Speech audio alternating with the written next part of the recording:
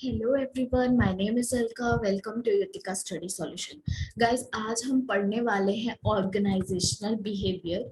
ये अगेन एक new series होगी जो हम लॉन्च कर रहे हैं आज। जो फर्स्ट वीडियो मैंने लॉन्च किया आज, organisational behaviour B com BBA। In fact कुछ मैनेजमेंट में MBA के स्टूडेंट्स को भी ये काम आएगा। आई होप सो ये आपको समझ में आएगा। लगभग 10 वीडियोस हम जनरेट करेंगे इसमें। और प्लीज, अगर आपको ऑर्गेनाइजेशनल बिहेवियर आपके सब्जेक्ट्स में है तो आप सब्सक्राइब कीजिएगा, लाइक कीजिएगा और अपने दोस्तों के साथ शेयर कीजिएगा। ऑर्गेनाइजेशनल बिहेवियर में आज वीडियो नंबर 1 में हम क्या क्या पढ़ेंगे देखते हैं। कॉन्सेप्ट, डेफिनेशन देखेंगे, नेचर देखेंगे क्या होता है, कैरेक्टरिस्टिक्स देखेंगे और लास्ट में हम देखेंगे कुछ फील्ड्स जो ऑर्गेनाइजेशनल बिहेवियर में वर्क करती हैं। अब बच्चों देखिए क्या है कि ऑर्गेनाइजेशनल बिहेवियर एक कंप्लीटली न्यू बोल सकते हैं आप एरिया है टू लर्न। तो बच्चे एग्जाम के टाइम में बहुत ही ज्यादा पजल्ड हो जाते हैं कि ये सब्जेक्ट एक्चुअली है क्या। जैसे अगर आप दूसरे सब्जेक्ट्स देखेंगे तो कहीं ना कहीं बीकॉम और BBA में मिलते जुलते सब्जेक्ट्स होते हैं जो आपने 11th और 12th में पढ़े। बट ऑर्गेनाइजेशनल बिहेवियर एक अलग ही डिसिप्लिन्ड सब्जेक्ट होता है जिसको आपको समझने की बहुत जरूरत है। हमारे 5 या 10 मिनट के वीडियो से आपको बहुत अच्छे से इसकी अंडरस्टैंडिंग मिल जाएगी। सो बिना देरी के स्टार्ट करते हैं बच्चों। सबसे पहले हम बात करते हैं कि ऑर्गेनाइजेशनल बिहेवियर क्या होता है। ऑर्गेनाइजेशनल बिहेवियर क्या होता है, इंट्रोडक्शन में देखिए। Human behaviour is an important element in the functioning of any organisation. जैसे कि ऑर्गेनाइजेशनल बिहेवियर 2 वर्ड्स से मिलके बना है, ऑर्गेनाइजेशन एंड बिहेवियर। ऑर्गेनाइजेशन का मतलब होता है जहां पे आप वर्क करते हो, वो फर्म या ग्रुप ऑफ पीपल जहाँ पे मिलके कुछ काम करते हैं और प्रॉफिट जनरेट करते हैं। और फंक्शनिंग का मतलब होता है कि कैसा वो फंक्शन कर रहा है, ठीक है। तो जहां पे ऑर्गेनाइजेशन होगा वहां पे क्या होंगे, ह्यूमन बींग्स होंगे। और जहां पे ह्यूमन बींग्स होंगे वहां पे आपको उनका बिहेवियर स्टडी करना पड़ेगा। इस डिसिप्लिन को ही हम ऑर्गेनाइजेशनल बिहेवियर बोलते हैं। मतलब जहाँ पे ह्यूमंस इन्वॉल्व होते हैं उनका कैसा बिहेवियर है ऑर्गेनाइजेशन के प्रति, वो ऑर्गेनाइजेशनल बिहेवियर की स्टडी होती है।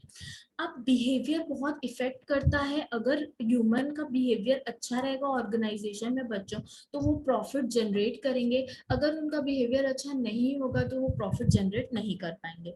उसके अलावा हम बात करते हैं डेफिनेशन की।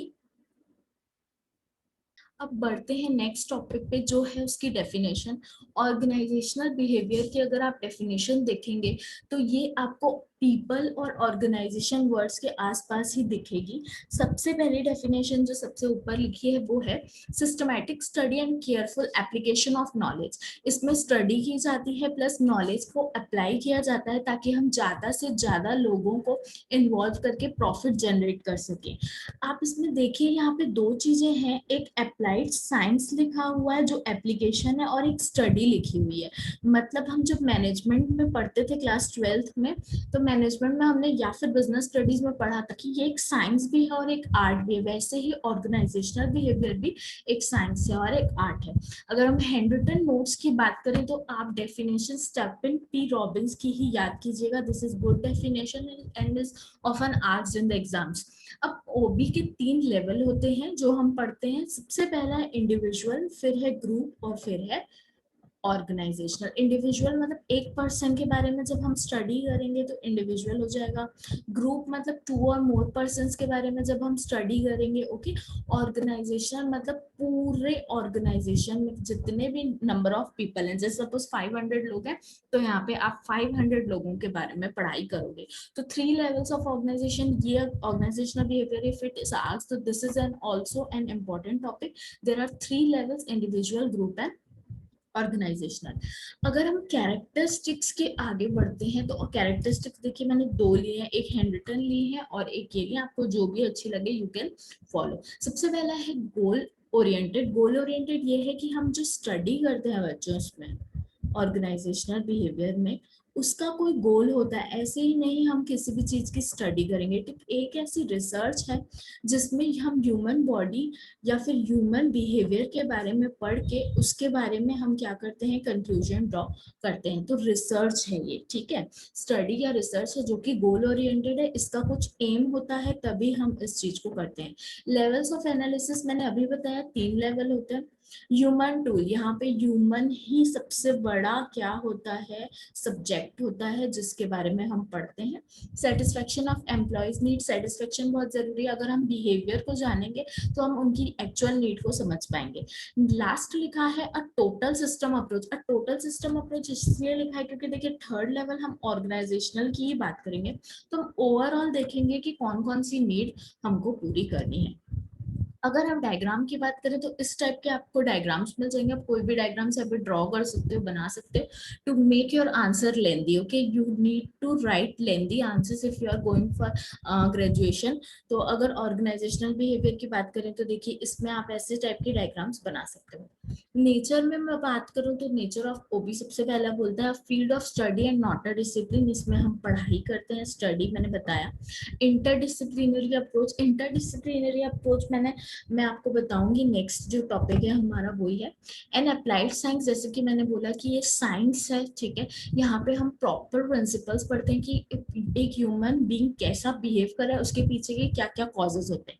नेक्स्ट है normative and value centred. Normative मतलब होता है व्हाट ऑट टू बी, क्या एक्चुअली होना चाहिए बिहेवियर एक एम्प्लॉय का ऑर्गेनाइजेशन के प्रति, ये हम ओबी में पढ़ते हैं, what ought to be. Okay, next लिखा है, नेक्स्ट लिखा है ह्यूमनिस्टिक ऑप्टिमिस्टिक। ह्यूमनिस्टिक ऑप्टिमिस्टिक मतलब हमको एक पॉजिटिव ह्यूमन की तरह, एक पॉजिटिव ह्यूमन की तरह हम यहाँ पे स्टडी करते हैं कि कोई भी इंसान कैसा बिहेव कर रहा है, उसके पीछे का रीजन क्या है।